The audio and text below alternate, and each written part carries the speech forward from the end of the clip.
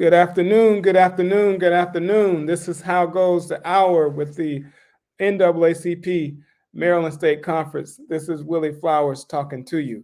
I'm glad to jump in today. We have a lot to talk about. We have some exciting guests. So please, thank you, whoever's watching this out there.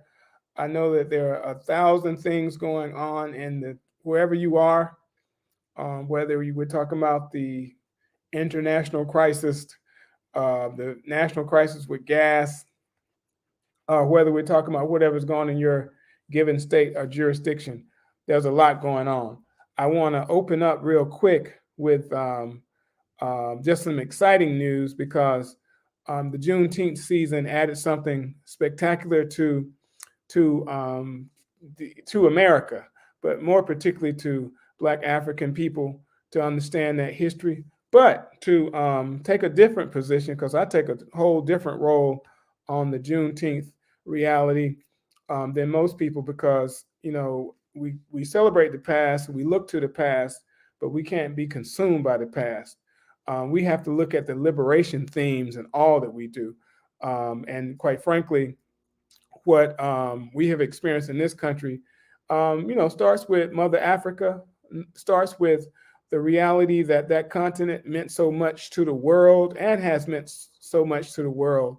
But we must draw a connection now between Mother Africa and everything that happened in this Western Hemisphere, whether we're talking about America, whether we're talking about Central and South America, whether we're talking about the Caribbean islands, our blood, our sacrifice, the sacrifice of our ancestors can never be forgotten. But we have to pick up on what they have left for us. And whether you're talking about the Haitian Revolution, you're talking about the skirmishes in on the continent of Africa, whether you're talking about, like I said, Central and South Africa, everywhere African people assemble, we have to remember that. And Juneteenth is a celebration of it in this America because everybody knows the story now about the delayed emancipation of pretty much folks in Texas and their diligence to celebrate that for years before the rest of the country jumped on. But one thing that's missing from that conversation is the reality of the Emancipation Proclamation that followed the President Lincoln emancipating the people in Washington, D.C. And a lot of people don't know about Washington, D.C. emancipation that preceded the Emancipation Proclamation, but the Emancipation Proclamation put in place steps in the state of Maryland to emancipate, to liberate the folks in the state of Maryland, which didn't win by a strong vote, which is interesting.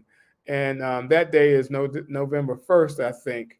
And so all these pieces were compelled by what I think is the most significant revolution in the history of this whole thing about being emancipating yourself or whatever, however you look at it. But the Haitian Revolution should be a detailed, everybody needs to study that. Everybody needs to study it for a lot of reasons. But the most significant reason is because most of the people who were fighting the Haitian Revolution, the leaders, were educated. Toussaint Louverture, Dessalines, you look at any of them, they were literate and they knew how to fight. And so they kicked the French out of Haiti.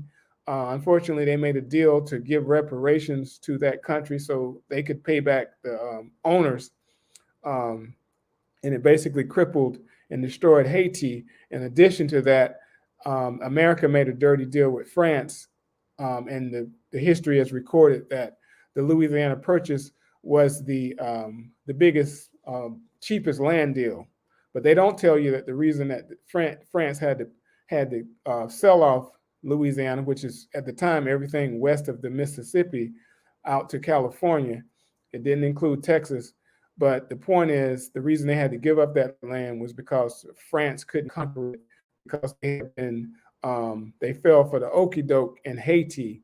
And so all of this should be recorded because it adds the impact of slavery in America, meaning that America knew that with these literate French Af- Africans who could speak French in Haiti, they didn't want Americans, African slaves, enslaved people in America to be literate. So they did everything they could to squash out education, to squash out them understanding what Anglo-Saxons themselves were inspired by, and they were inspired by stories like that come out of whatever you read it, wherever you read it. Nobody is trying to celebrate the aristocracy. Um, the stories of Spartacus, for example. Spartacus was enslaved, but he came from the bottom and shook them up. And all these details about how you get your motivation is based on that. It's not based on a king being more of a king. It's based on the outcasts being toppling the king, and they did not want African people to know those stories. And so I want to just lead in with that and to say that we celebrate Juneteenth not because of what happened in 1865, but because it should be a reminder that this delayed liberation is some BS, and you got to free yourself. And what I mean by delayed liberation, to bring it into focus and to right now, we had a 4 years of a president who tried to oppress Muslims, had tried to oppress and ban Mexicans, and did if he had it if he had his way, he would have went farther to oppress, and quite frankly, he did because he supported every anti-African American effort, any effort that looked like it was demonizing, destroying Black African life. He supported that crap too. So I wanted to. I got a few guests on today. We're going to talk about a lot, but and this to bring it home, this whole podcast is about what the NAACP is doing in the state of Maryland, and I do want to close out to do my own monologue because in Howard County, as most people know, I'm the Howard County branch president, and there's been attacks on not just the NAACP but me, and I'm going to bring it down, and I'm going to open this by saying that anybody who wants to say something about me on these podcasts and about on these Facebook, and you can write what you want, say it to my face, because I'm going to bring it in a nutshell. And this is on the issue of a candidate, but also a council member named Deb Young, who confronted some young people in Clarksville Commons parking lot, and about revving up their engines. And she was very nasty, I'll say, to confront young people, as opposed to being a diplomat. In the position of the NAACP, or my position as a spokesperson of the NAACP, but she could have been more diplomatic, and she wasn't. She didn't choose to be diplomatic. And the people who have criticized our position on this agreed that she could have been more diplomatic, but they wanted to get their political points by attacking me, by acknowledging that she could have been more diplomatic, but she wasn't. And what she did was she weaponized her position as a council member and threatened these young people by saying that she would call the police on them, which is absurd. And since then, there's been this heightened interest in drag racing in Howard County, which I haven't heard anything about it because I don't drag race. But if they did drag race, the fact is, on that night, it wasn't about drag racing. It was about her weaponizing her position. And we can stay there. And she could have been a diplomat, and she wasn't. And so the concern is, just apologize. She hasn't done that. It's been weeks since that incident, Memorial Day. She hasn't done that. And in addition to that, the investigation about what is the retribution for any elected official, government official, threatening someone, basically on her day off. So What does that mean? What does that mean? It means that this individual is not practice any type of civility, doesn't amplify some cultural competency with concern about young people in this case.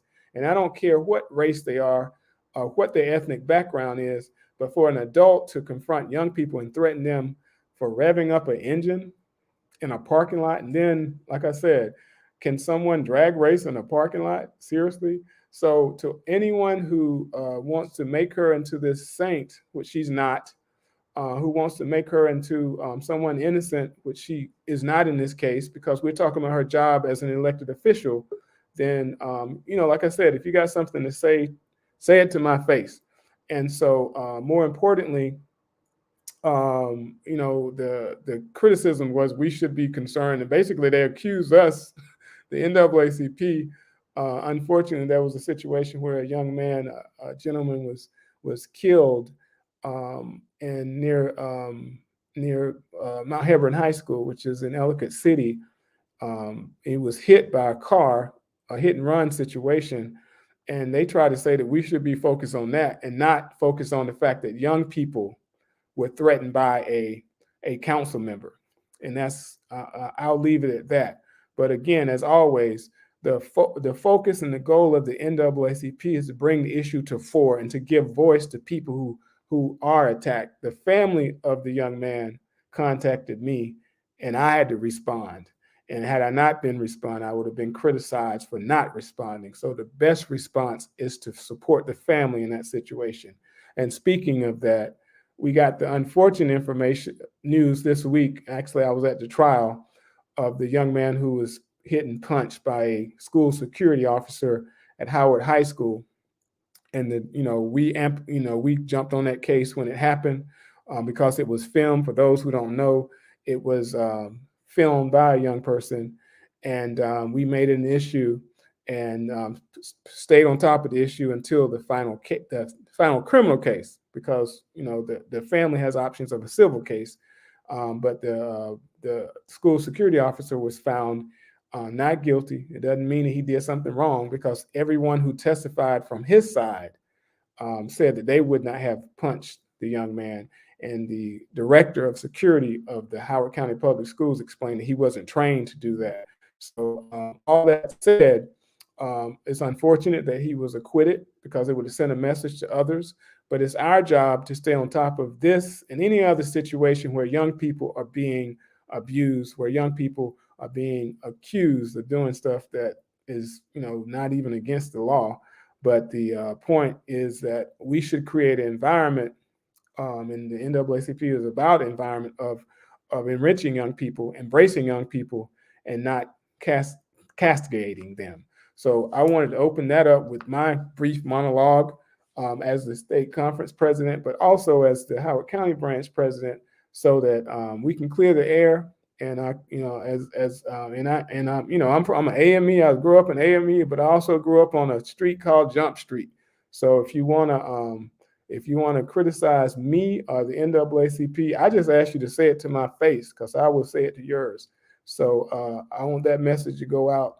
But today we have an exciting lineup of within the last 2 years.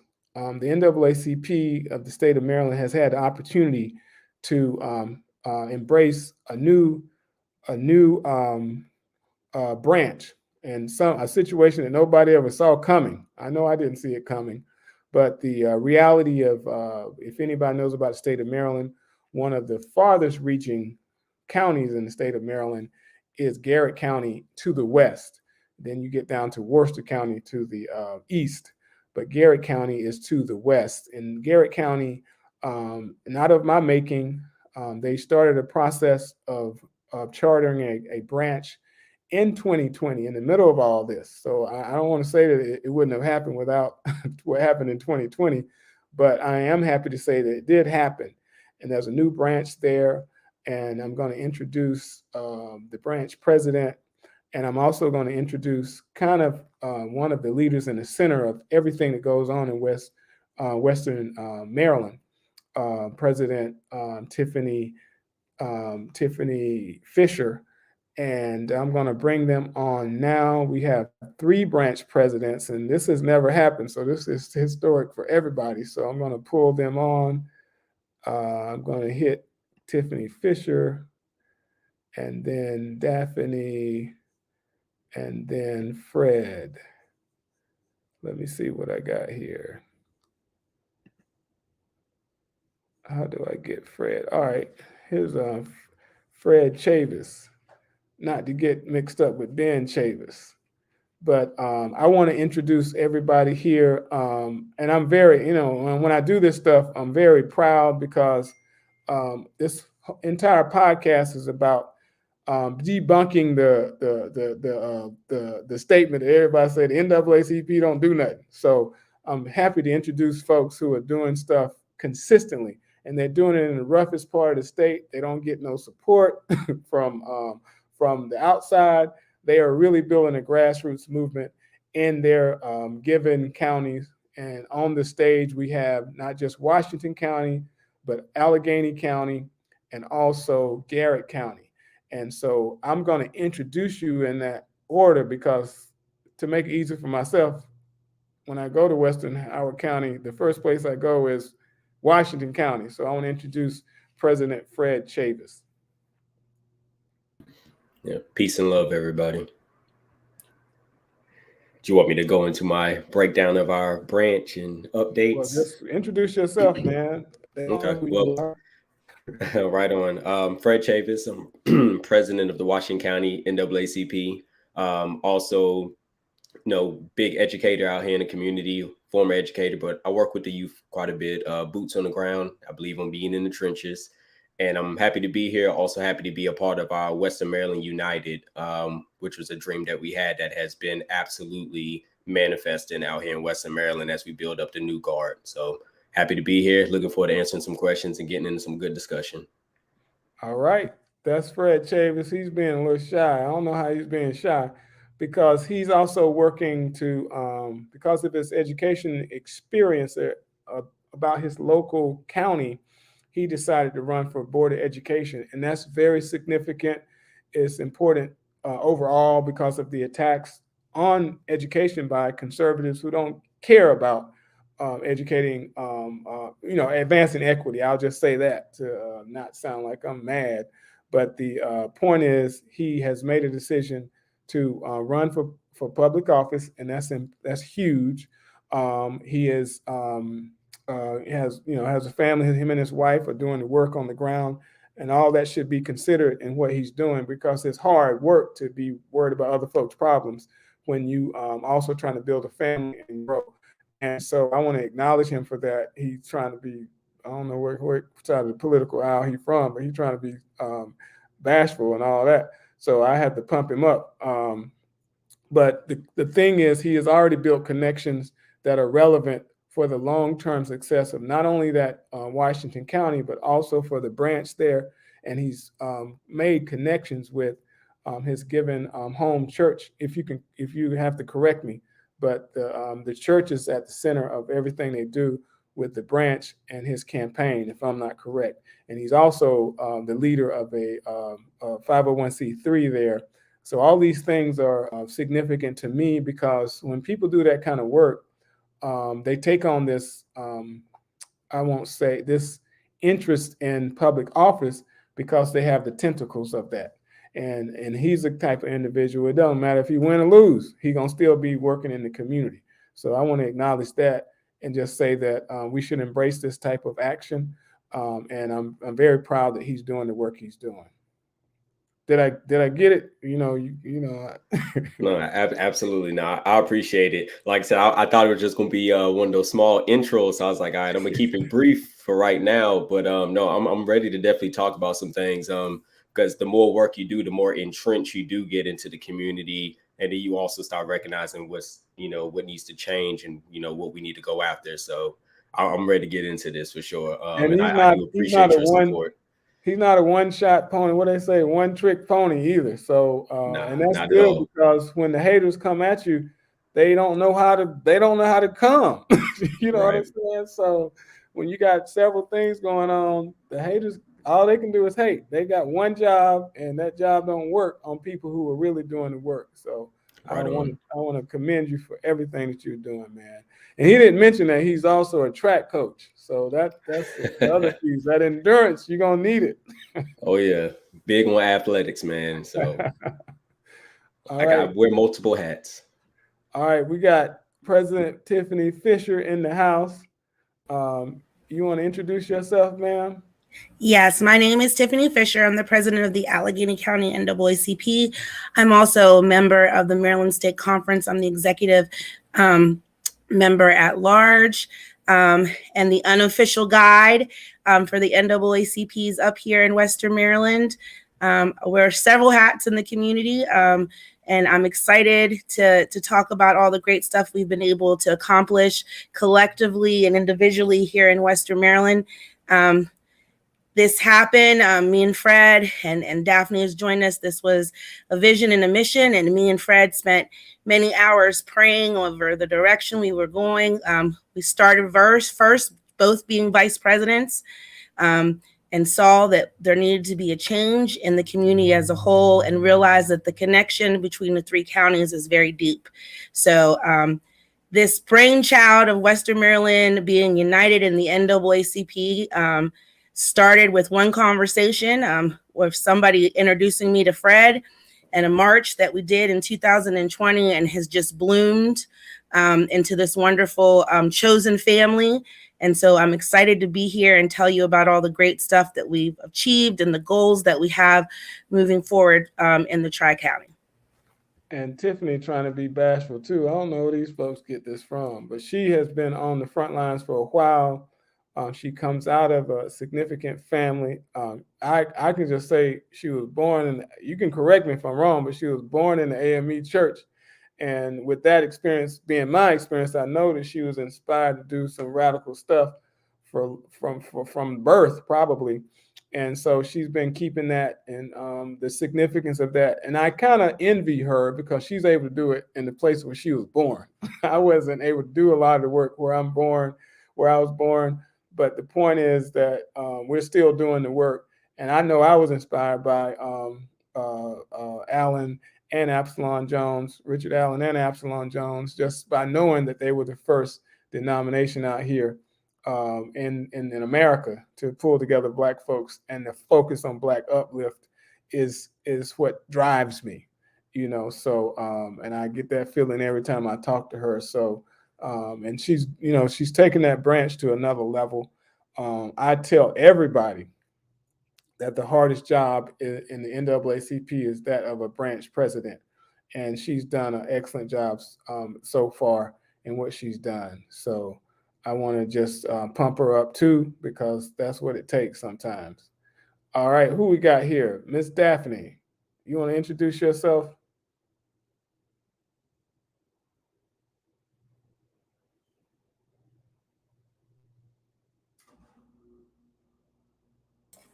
Okay.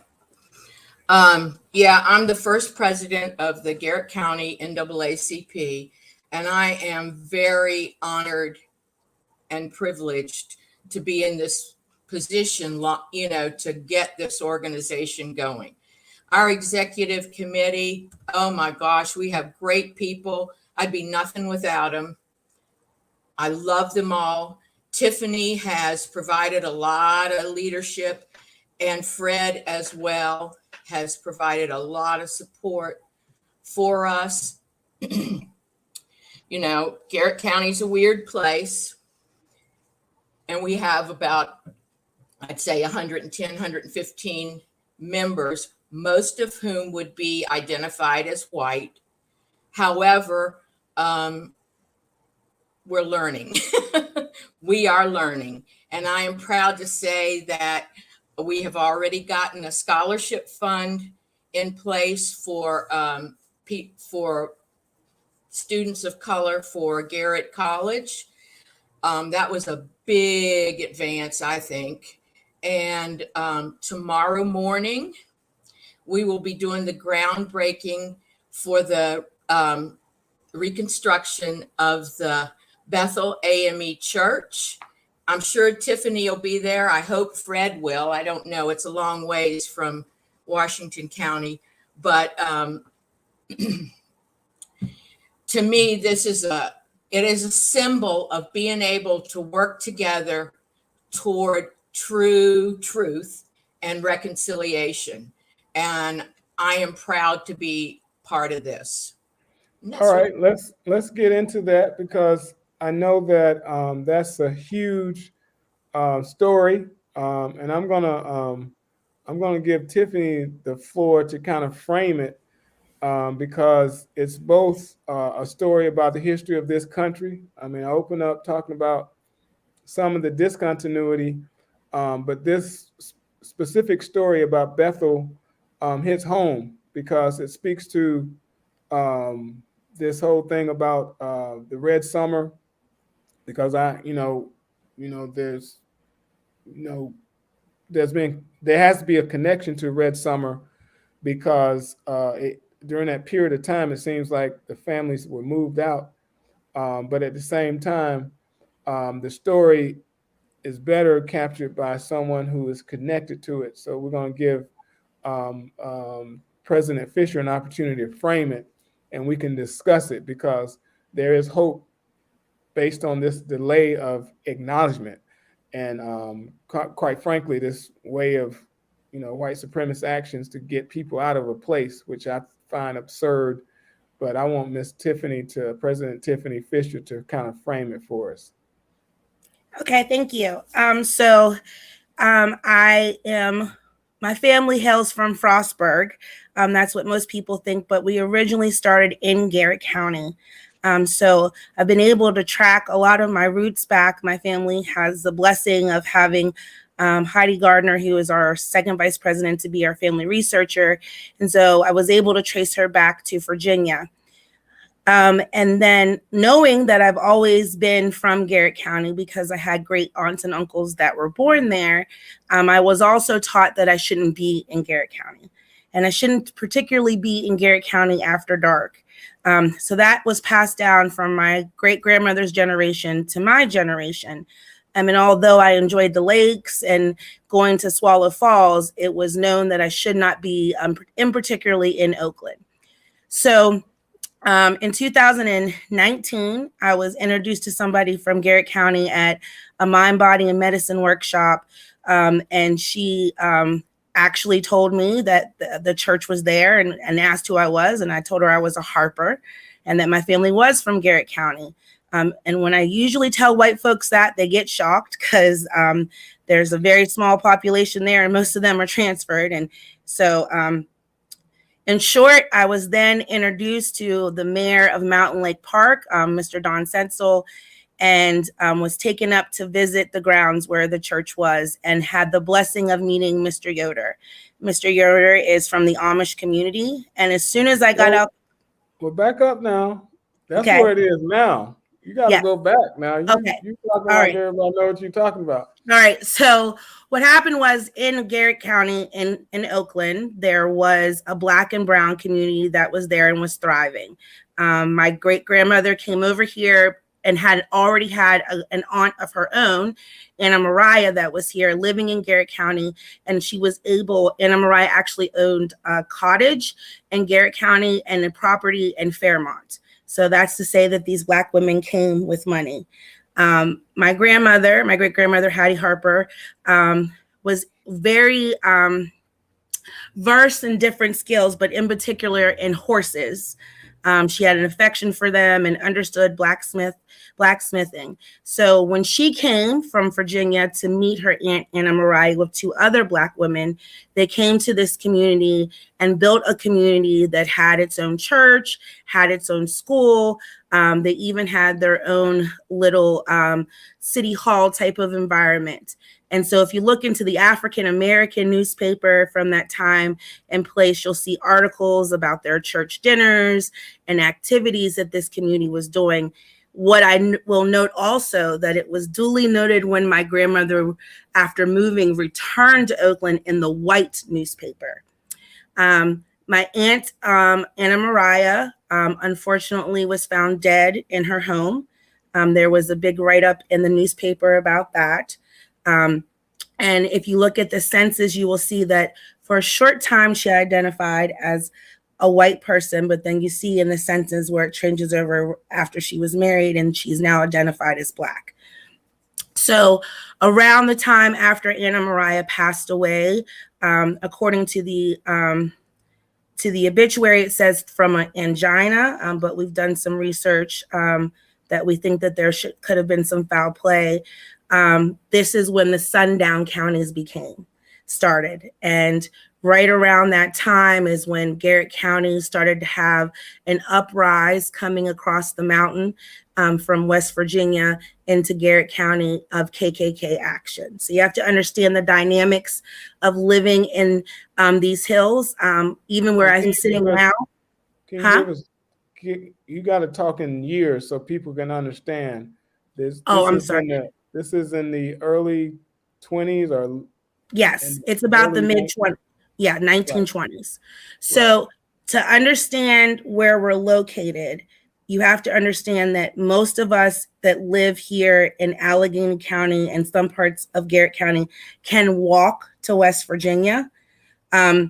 So when West Virginia separated from Virginia, there was land that they fought about, which included Garrett County. So Garrett County at one time was actually a part of Allegheny County. So this transition, when it moved from into being Garrett County, was whenever this started to fold over and we started to have this issue with the KKK and racial tensions. So at that point in time, when it became a sundown county, they started to push the Black and brown community out and they moved towards Frostburg, and some stayed. And particularly the minister wanted to stay.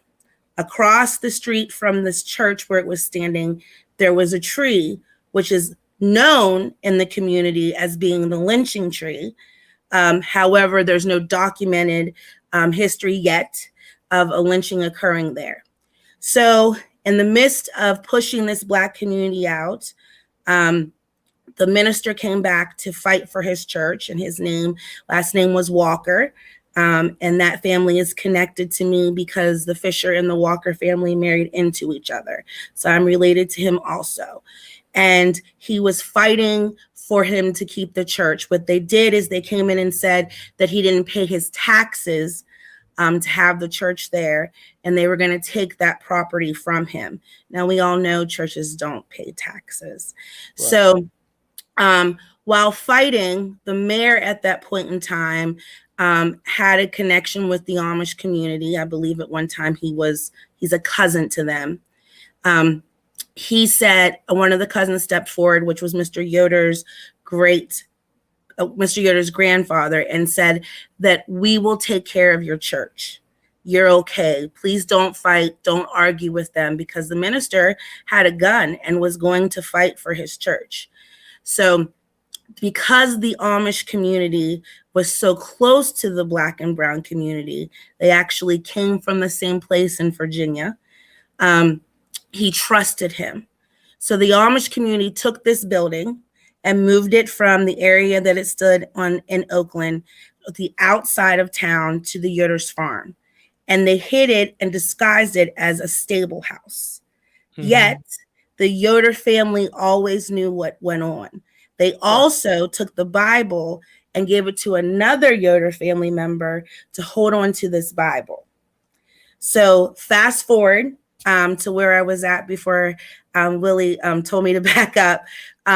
When I met Mr. Yoder and I got out of the car, without even telling him that I was from more than one of those families, he said, "Miss Harper Walker." And the first thing that we did was go into this stable house that looks very similar to the AME church that I grew up in Frostburg. It's almost the exact same structure. They're so similar. We walked in there and Mr. Yoder asked if he could hear us pray. And he's always daydreamed about being able to worship, see what it's like when people who should be worshiping there were worshiping there. After some conversations, and the mayor of Mountain Lake Park, Don Sensel, stepping up, Mr. Yoder decided that he could give that building back to the community so that it could be restored as a museum to tell the true story of the African American, Black and Brown population from Garrett County, and use it to educate not just the people from Garrett County, but in Western Maryland, that we exist everywhere, right? That we built this country. So we were very blessed. About 3 weeks ago, we were able to take some of the descendants up to the church. We joined with members of the Garrett County NAACP, members of the Amish community, and we held a traditional AME service so that Mr. Yoder on his farm can have that experience that him and his grandfather had daydreamed about, and we could bless the building. I will tell you, and I'm sure Daphne will also be able to chime in, it was windy, it was rainy, it was cold, you're in this old building, but at one point in time, it just felt like we were in a regular church. It no longer felt like we were in a stable house. And it was a beautiful moment where we all connected together, and what that building was meant for in the eyes of God. And it was just powerful to see the descendants from Oakland, including Don Setznell, whose family wrote the paper, who would have been a part of this white community that was involved with, or at least watched, the Black community get pushed out. The Amish, who protected us and had this beautiful relationship with the Black community, and the descendants coming together. And it was a true testament of what truth and reconciliation and transformative justice can be if you allow it.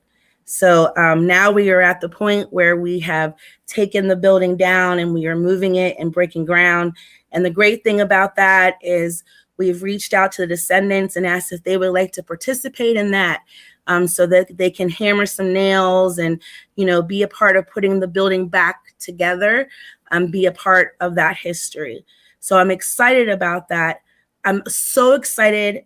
I'll cry because everybody on this call knows I'm a crier, but I was able to bring Sue Jones with us to that. Miss Sue is 80 years old.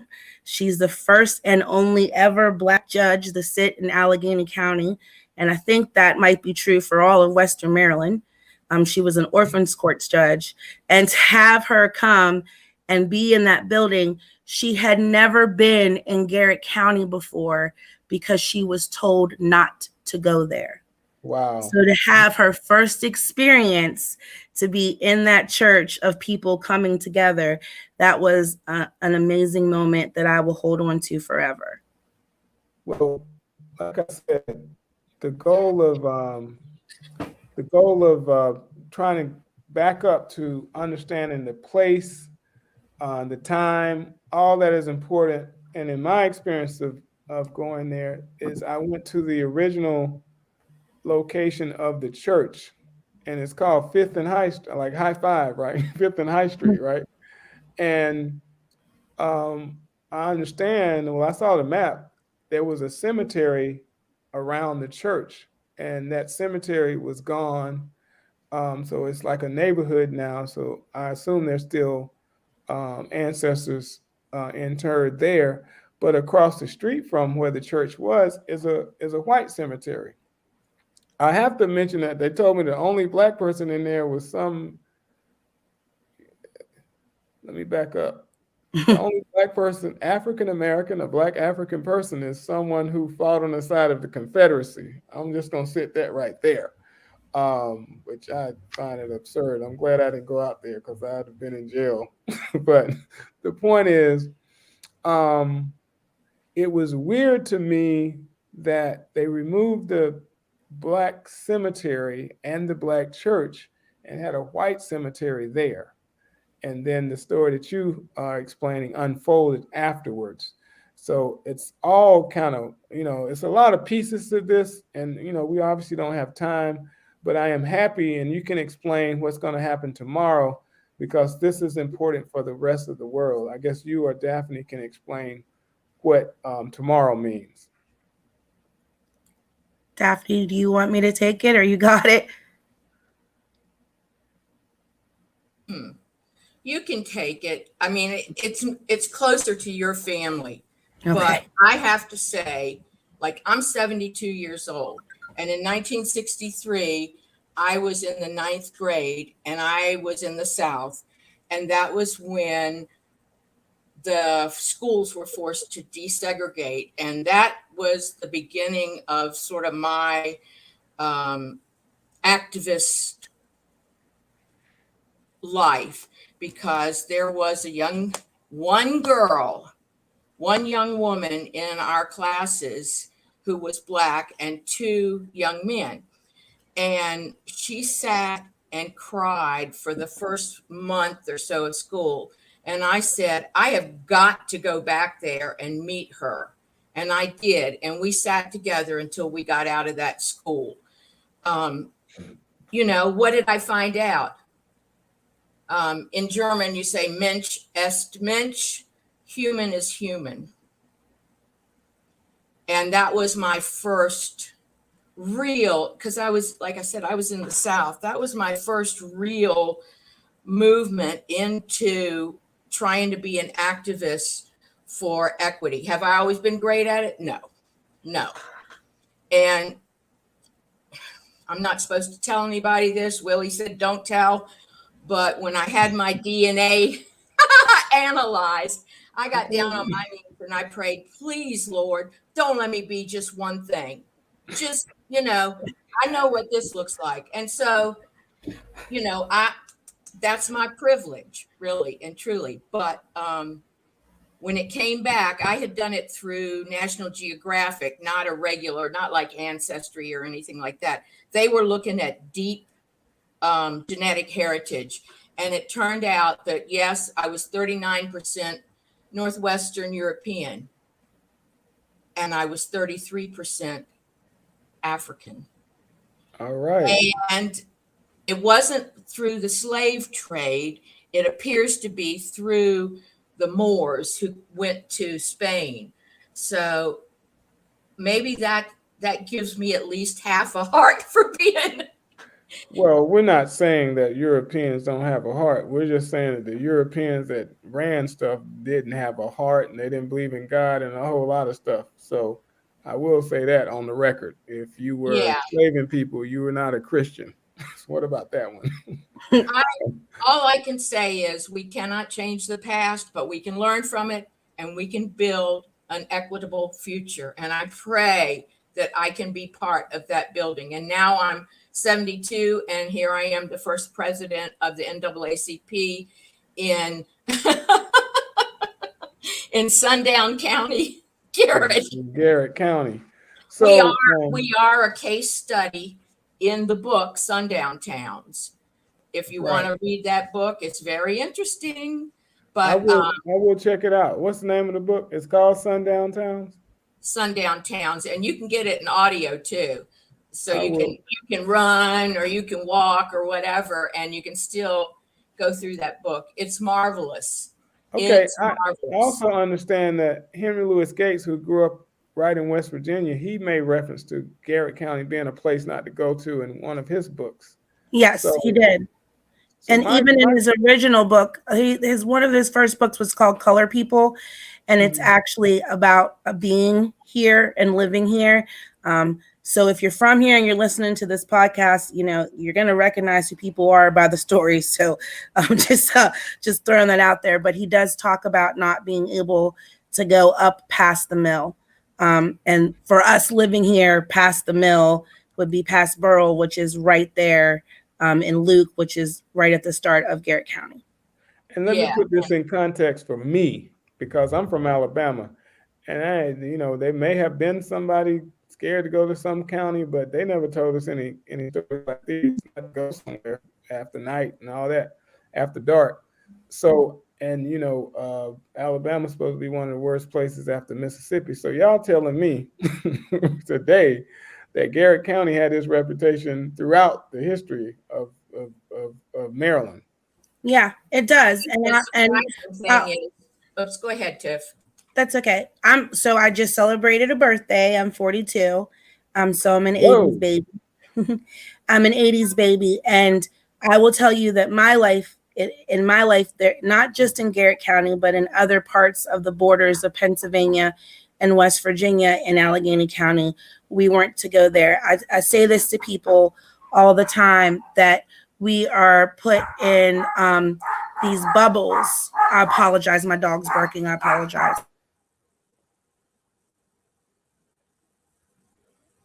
Well, the one thing that surprised me is those sundown towns, the great majority of them are not in the South. They're in the border and north. I mean, let's face it, the South wasn't going to lose its low cost labor force. I mean, it wasn't like the South was nice. It just meant, you're from Alabama. The South wasn't going to lose cheap labor. So there weren't very many sundown towns in the South. And let me say, there could be, but I never heard that term. So I'm just saying that, the other piece is that, where I'm from, we say, if you north of Birmingham, you're a Yankee. So the idea was that everything north of there was better than where we were. But you're kind of letting me know that that's a myth. No, that's a far from the truth. So my mother-in-law, she just turned 77 yesterday, and she lived on a place here called Hill Street, which is a street on a big hill that you can look across and see the other mountains. And so we have a mountain here in Allegheny County called Irons Mountain, which we are also told not to go up on because it's the KKK traditionally meets there. Nowhere. Yeah, basically. And so she remembers seeing burning crosses, just burning up there, and their church is there. And I will say this openly, that the KKK is still alive and well within Western Maryland. They meet regularly. We've gotten flyers given to us. There was a huge push to build them up when Trump was in office. So when we talk about doing the grassroots work here, and just talking about the church, for the first year or so, we had to be very tight-lipped about what we were doing, not just to protect us, but also to protect Mr. Yoder and the Amish community. It is not So when you go down, and Willie gets on me about that, I say down there, downstate, right, down the road. When you go down there, the type of racism that we hear you guys explain to us there is what we mostly would identify as systematic racism.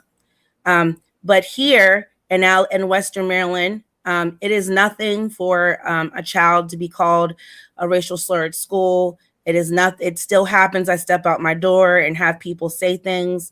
We have people riding around with Confederate flags hanging out of the back of their pickup trucks. There is nothing. It's not unnormal to see a sign in somebody's property that says no N-words allowed. And so we have lived in this community in Western Maryland in separate but unequal bubbles, in the sense of they don't bother us and we don't bother them. And I tell this story often because it still baffles me. The KKK, and I believe it was in 2015 or 16, had a rally here at Allegheny County on Washington Street. And at that point in time, most of the community was at down over the hill at a festival grounds doing a back to school giveaway. And so we heard that they were here, and a bunch of the members of the community, including our white allies, went up to the hill to tell them to leave. Now, there was only about 20, maybe 30 max of them there. But there was this little old white lady that had to be somewhere around 70, 75 years old. I remember her distinctly because what she was screaming at them while the rest of us were yelling things like leave or not here is, you leave our N-words alone. They don't bother us and we don't bother them. And you giggle about that. But I was almost floored, like, do I correct her? Is this a teaching moment, or she's defending us? What's going on? But the truth is that has been what we live in. We don't bother them, they don't bother us. There's good ones of us and good ones of them, and we worship separately. And there are certain white people that have become a part of the Black and brown community, and they can come into our bubble. And there's certain Black people that have found their way into their community by some shape or form. And other than church and work and some community programs, we don't exist together. So you're saying that you're basically segregated, which, you know, I don't think that's unusual, because I think every community is. You associate with people who know you, or you have something in common with, but you're saying this is kind of some de facto segregation? Yes, very much so. And you also have to remember, I tell everybody that we're 50 years back up here. And I think I'm giving grace, and Daphne and Fred will agree with that. I'm Black and I'm from here. So people that are from here can look at my face, they know who I'm related to. But Willie, if you come here, you don't look like us. So not only are the white people, but the Black people are also going to ask, why are you here? Where did you come from? Why did you move here? Now, we've seen a shift in that when the prisons came, and some more job opportunities with the marijuana factories and stuff came, where more Black and brown people are starting to come into this area. But it was not uncommon for my grandma to step up on her porch and ask, why are you here? So tell me this, are you accepted if you have, you know, you're there for a new job and starting a new life? I mean, are you accepted? If you're accepted, if you start to be involved within our space. So if you join the church, if you start, you know, football is ridiculous here in Western Maryland. If you join football or basketball, but unless you join, and then you become a part of that family, so you're accepted. So I've been pulled over before and by two police officers, and the one officer was going to give me a ticket, and the other officer comes up and he says, "Oh, that's Miss Harper," which my name is Fisher, but the Harper is a prominent family that I come from, and I don't get a ticket. And it really, honestly, is very much Mayberry in that way. And in the same way with Garrett County, when they had me and Fred went up there to support them with the march because a young man was murdered. And nobody was looking for his body. And we went to bring some water to some of the other protesters. I was followed completely out of Garrett County for dropping off water, and not just by the Garrett County police, by the state police officers. So the only person on here not from Western is Fred, right? So Fred, how's your transition been? Well, I first wanted to get back into like the sundown towns, because I think a lot of us look at that as a thing of history, and like that's where it remains. It may not be the same signs that's right outside of a town that's blatant, you know, letting you know, but we've moved on to sundown neighborhoods, sundown streets. You know, even when me and my wife was living in North Carolina, like there were certain neighborhoods that we would go to, like we would walk our dog around and we would be followed in those areas. There were certain areas we would drive at that we would get pulled over at. And so it became one of those things where it may not be a sundown town, but a lot of the neighborhoods resemble that, where they don't want Black people around or even walking in there. And police are quick to show up and they're quick to react to that. And so what I tell people now is, you know, I have copies of the old green books, and, you know, it's one of those things where if we're traveling out, we need to make sure that we're being safe and that we're being vigilant, and that we're also letting people know where we're going, because people are still disappearing out here. And so it is still that fear. Like, for instance, I can't say I want to go on a road trip across the states and, you know, and just get out there and just do it, because I have to think about our safety. I have to think about the fact that we may come through a town or some road or some neighborhood or something that we're not welcome at, and we may not come back. And that still remains today. And so even with me making the transition out here, you know, we started out first Baltimore, DC, like we were staying in different areas. But I'm gonna just be real. The summer that we moved down, me and my wife actually stayed in a whole bunch of Airbnbs. And we were staying in different counties while we was waiting on our house to close. And so we got to stay in all these different neighborhoods, and that there would be some spaces where I would go for a walk. And man, it got to the point where I was like, I'm not going out for no walk no more. Let me go back in. Black men, we can't go out jogging out here in areas we don't know about. It's just like that. But you got to really experience the difference out here. And I started coaching football. That's how I actually got entrenched into the school system. I started out coaching football at Hancock. And I would actually get tailed by police when I was out there. So it got to the point that, all right, look, if we're going to have these late games, because Hancock's schedule is much different than the rest of the county, meaning we play schools in West Virginia. We go to 100 West Virginia. You're talking about a 3-hour drive out here. I'm the only black man in this entire stadium. And, you know, there's Confederate flags out, people drinking beer, watching the high school games. They're calling me the N-word. Like, I mean, it's just floating through the stadium like it's nothing. That was like my real first experience out here in Western Maryland. And there are still areas that I don't travel out to. Like me and my wife were very vigilant where we're even staying at. But like areas that there's just plenty of areas out here that I just, for fun, I'm not going to travel out there. For a movement, we would definitely make it happen. But we have to be that mindful of what's going on out here. Because like I said, the sundown town signs may not remain, but the spirit is still there. So you mentioned the Green Book, and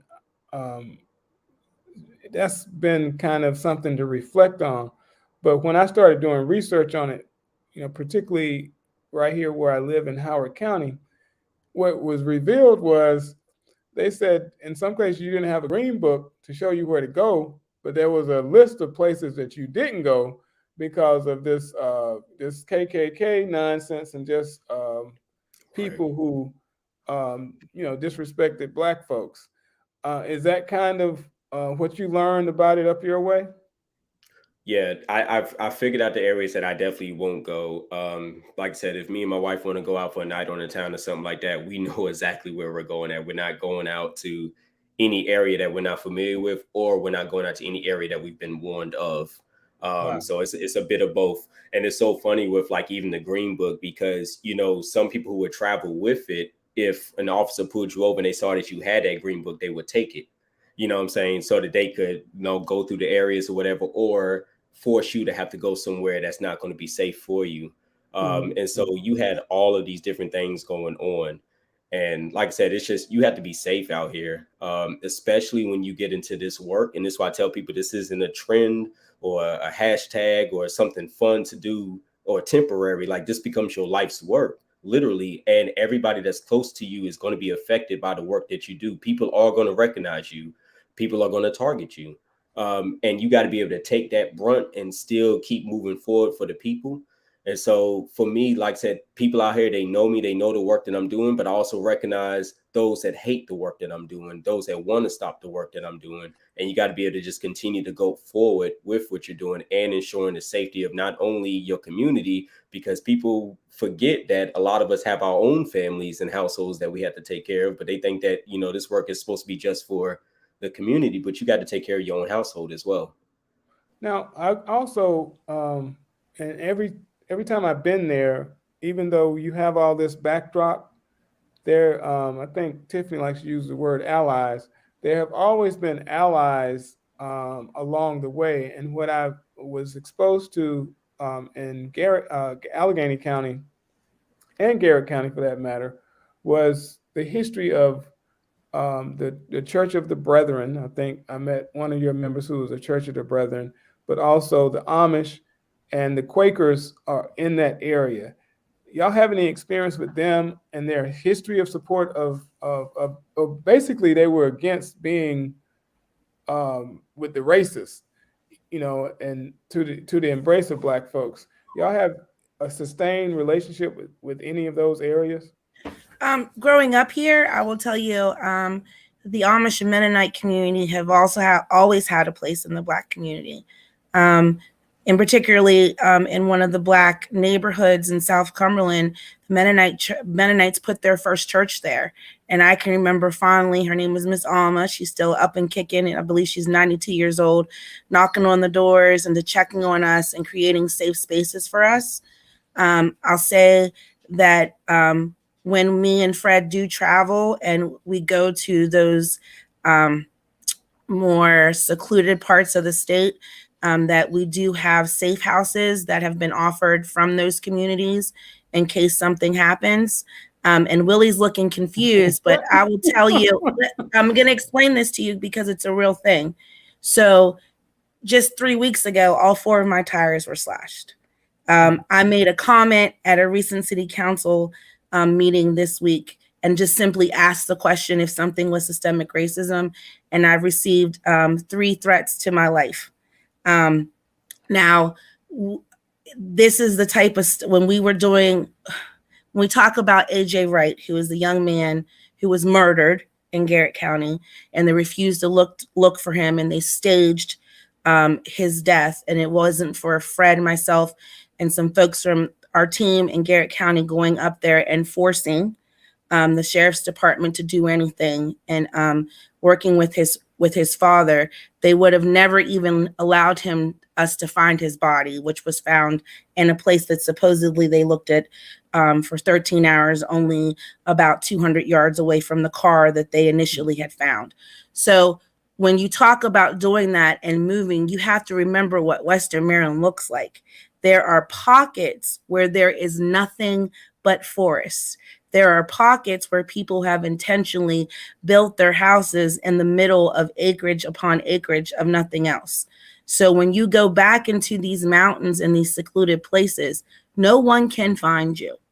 There's no cell phone service still. We have places here that still don't have the internet, which with virtual school you can see that they're trying to fix that, but we do.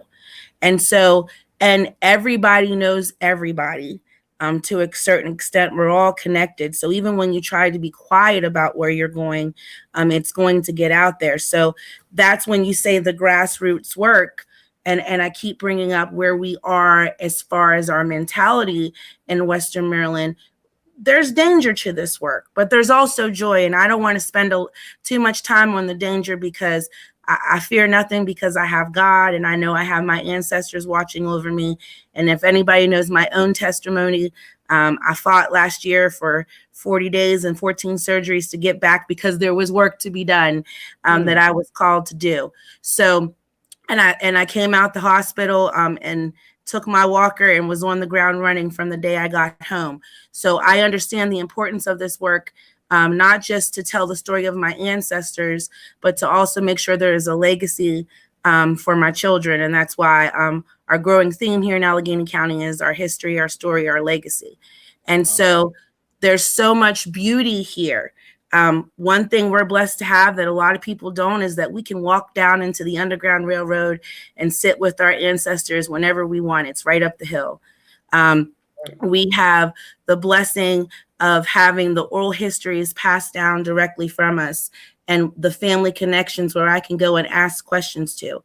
Allegheny County is the first in the state of Maryland, with the help and particularly with the Brownsville Project and the Allegheny County Lynching Truth and Reconciliation. The NAACP partnered with them to complete the Lynching Memorial Project for the lynching of Robert Hughes, which that story in itself talks about how separate we are. The man that he was accused of murdering is the only police officer in the history of Allegheny County to be killed in the line of duty. And that is the only documented lynching, and how the churches came together. So there is beauty here. We just had our Tri-County Juneteenth Festival. It was a three-day festival, and we're very proud of that. We were able to have tons of people come out, and we have the support of white allyship and of the different churches and different groups and the Pride community. And so when we do come together, it is very beautiful. I want to point out too that within the Allegheny County branch, and I know that a lot of Daphne's folks up there took advantage of it, we understand that we don't look like the rest of Maryland, and that people have been exposed to this lifestyle in this hills. So we created a race relations group, which is a space led by one of our executive committee members, Caroline Hahn, and she is very educated in transformative justice. And they sit, they read together, they ask all the questions without judgments, and talk about their privilege, and talk about what to say, what not to say, and what terms this is, and all of those feelings that it has from moving from wanting to just be a supporter to an ally to actually do the work, so that me and Fred and the rest of the Black folks that are here don't have to tax ourselves. with those emotions and what's going on. And I think that experience of them being able to have a white space to talk about their white privilege without being judged has taken away a lot of that anxiety of, well, if I say this, I'm going to look like a racist, but I'm not a racist, because they can hold each other accountable. And I think the work that we've done with that has made those allies and those supporters that we were here comfortable and wanting to understanding how to keep the Black and brown community safe, and understanding the importance of telling our history. I tell everybody, we can't move past and to get to equity and inclusion if we don't first become a community. And we can't become a community until we tell the truth. And the truth is ugly and it hurts. But if we just keep putting a Band-Aid on it and acknowledging, oh, there was slavery, let's move on, and not talk about all of the emotions and the pain and the suffering that came from that from generations, and all of the horrific things that America has done. That's it. America has done horrific things to Black and brown people. And we have to acknowledge that and talk about it.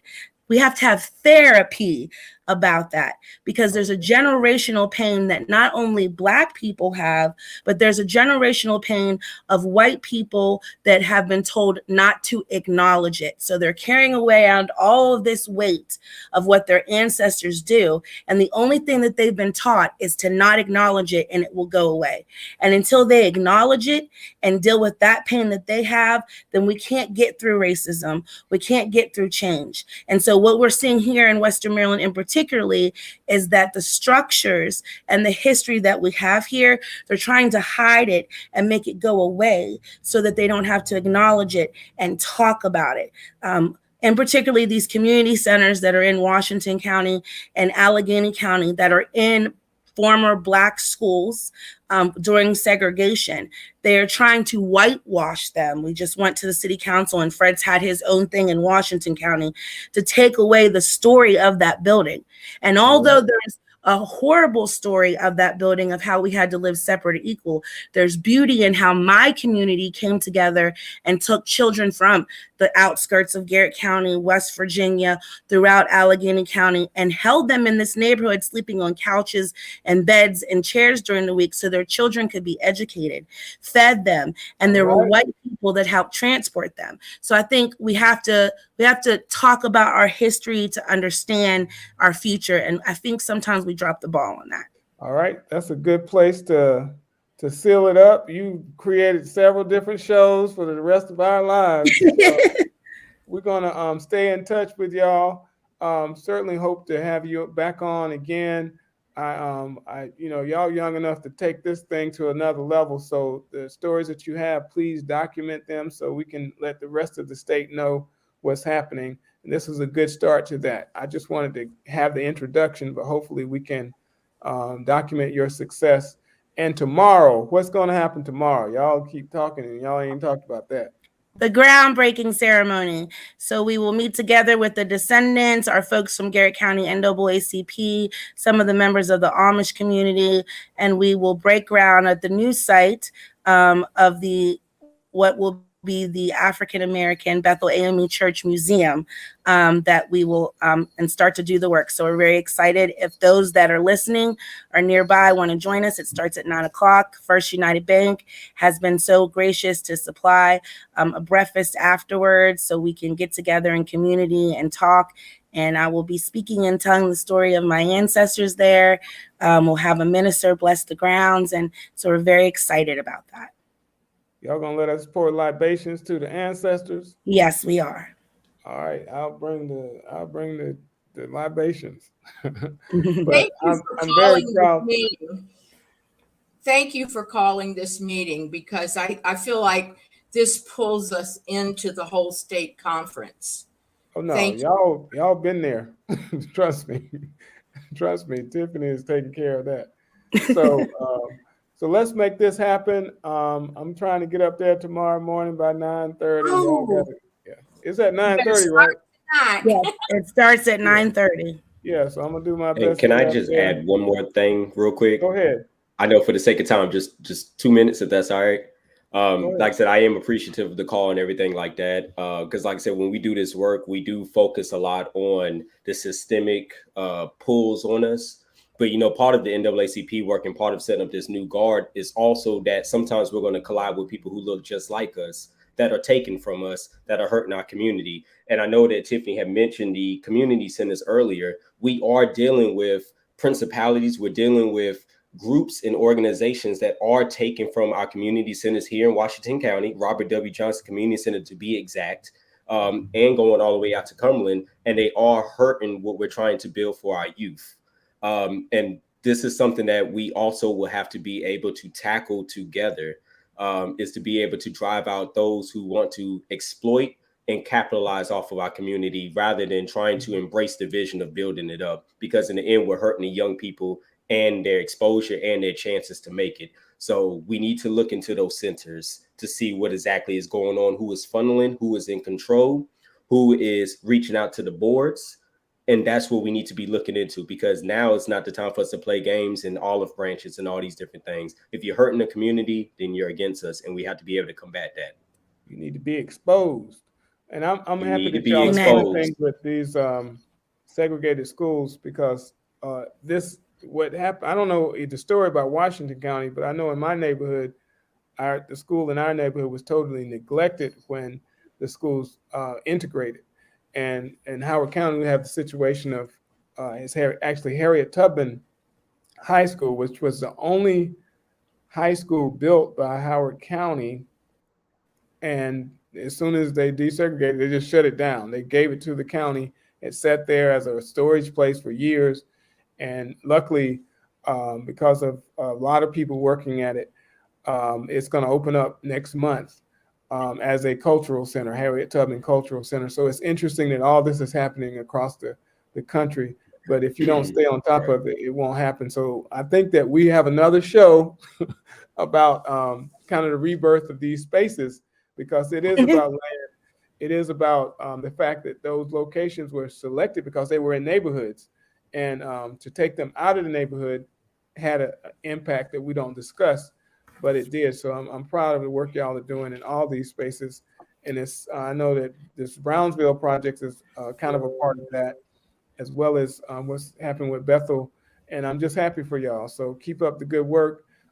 Stay motivated, stay protected, and continue to do the work. And I just want to thank y'all for even considering connecting with the NAACP. I tell everybody I'm the president of the state conference at the right time in history. And so, because there's so much going on, and I'm proud to say that I know y'all. All right. Anything y'all want to close with? Thank you so much. Thanks for all your support. All right. Thank you. And I'll see y'all tomorrow at 9:30. All right. Thank you. God bless. Right. Thank you. Take care. Peace. Bye.